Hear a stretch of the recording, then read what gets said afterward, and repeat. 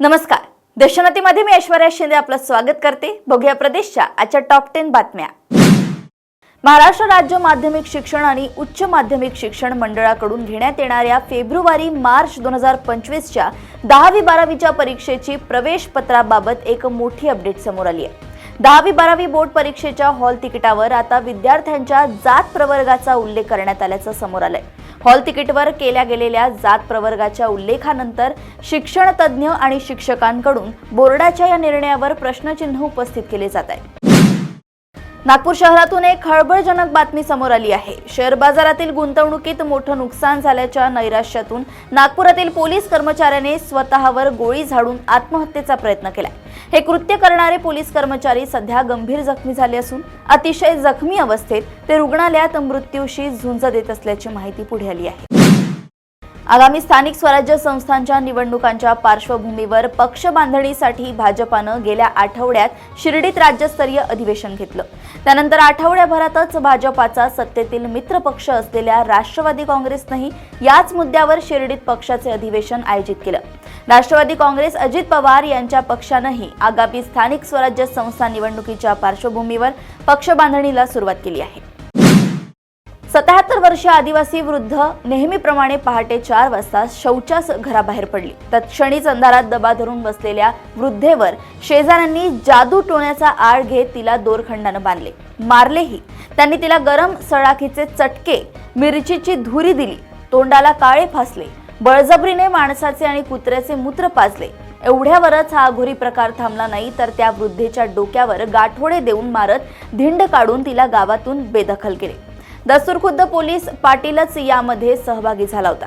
समाजमन सुन्न करणारा व पुरोगामी महाराष्ट्राला लाजवणारा हा धक्कादायक प्रकार चिखलदरा तालुक्याच्या रेट्याखेडा येथे 30 डिसेंबर रोजी घडला. मात्र तो 17 जानेवारीला उघडकीस आला. बार्शी शहरात देह विक्रय व्यवसायासाठी बांगलादेशातून आणलेल्या 4 महिलांसह 6 नागरिकांना तसेच त्यांना आधार देणारे अन्य 3 अशा 9 जणांना पोलिसांनी पकडले आहे. या संदर्भात बार्शी शहर पोलीस ठाण्यातील फौजदार सोनम जगताप यांनी दिलेल्या फिर्यादीनुसार बार्शी शहर पोलीस ठाण्यात गुन्हा दाखल झालाय.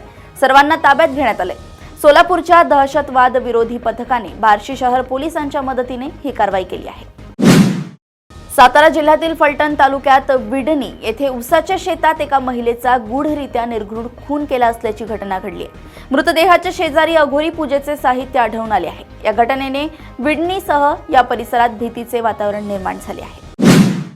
उकणी कोळसा खाणीत विजेच्या धक्क्याने वाघाचा मृत्यू झाल्याच्या घटनेनंतर मृत वाघाचे सुळेदात व नखे घटनास्थळावरून लंपास करण्यात आली होती.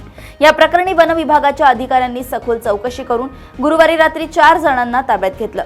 त्यांच्याजवळून 4 दात आणि काही नखे वन विभागाच्या अधिकाऱ्यांनी जप्त केली आहे. राज्यातील औद्योगिक प्रशिक्षण संस्थेसोबतच त्या संस्थेच्या नावातून विद्यार्थ्यांना प्रेरणा मिळावी यासाठी विविध महनीय व्यक्तिमत्वांची नावे देण्याबाबतची बाब शासनाच्या विचाराधीन होती. यानुसार राज्यातील 132 शासकीय औद्योगिक प्रशिक्षण संस्थांना आता महनीय व्यक्तींची नावे देण्यात आली असून तसा शासन निर्णय जाहीर करण्यात आलाय. मस्साजोगचे सरपंच संतोष देशमुख यांची हत्या आणि आवादा कंपनीच्या खंडणी प्रकरणात मोका लागलेला खंडणीखोर मंत्री धनंजय मुंडे यांचा अत्यंत निकटवर्तीय वाल्मिक कराडच्या संपत्तीचा थांगपत्ता अजूनही लागला नसून बीड पुण्यापासून ते थेट सोलापूर जिल्ह्यातील बार्शीपर्यंत त्याची संपत्ती असल्याचं दिसून आलंय. आता सोलापूर जिल्ह्यामध्ये सुद्धा बार्शीमध्ये तब्बल 35 एकर जमीन वाल्मिक कराडच्या दुसऱ्या बायकोच्या नावावर असल्याचं समोर आलंय. अंदाजे मूल्य सुमारे 1.5 कोटी रुपयांच्या घरात आहे. महायुती सरकारच्या बहुचर्चित मुख्यमंत्री लाडकी बहीण योजनेतील अर्जांची पडताळणी केली जात आहे. सरकारच्या पडताळणीत अपात्र ठरण्याची टांगती तलवार आणि आतापर्यंत मिळालेले पैसे दंडासहित परत करावे लागण्याची भीती यामुळे अनेक महिला आतापासूनच लेखी अर्ज देऊन लाडकी बहीण योजनेतून बाहेर पडतात.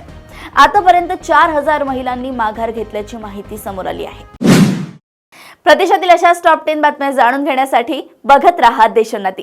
आणि अजूनही तुम्ही आमच्या चॅनलला लाईक आणि सबस्क्राईब केलं नसेल तर लगेच लाईक आणि सबस्क्राईब करा आणि बघत राहा देशोन्नती. नमस्कार.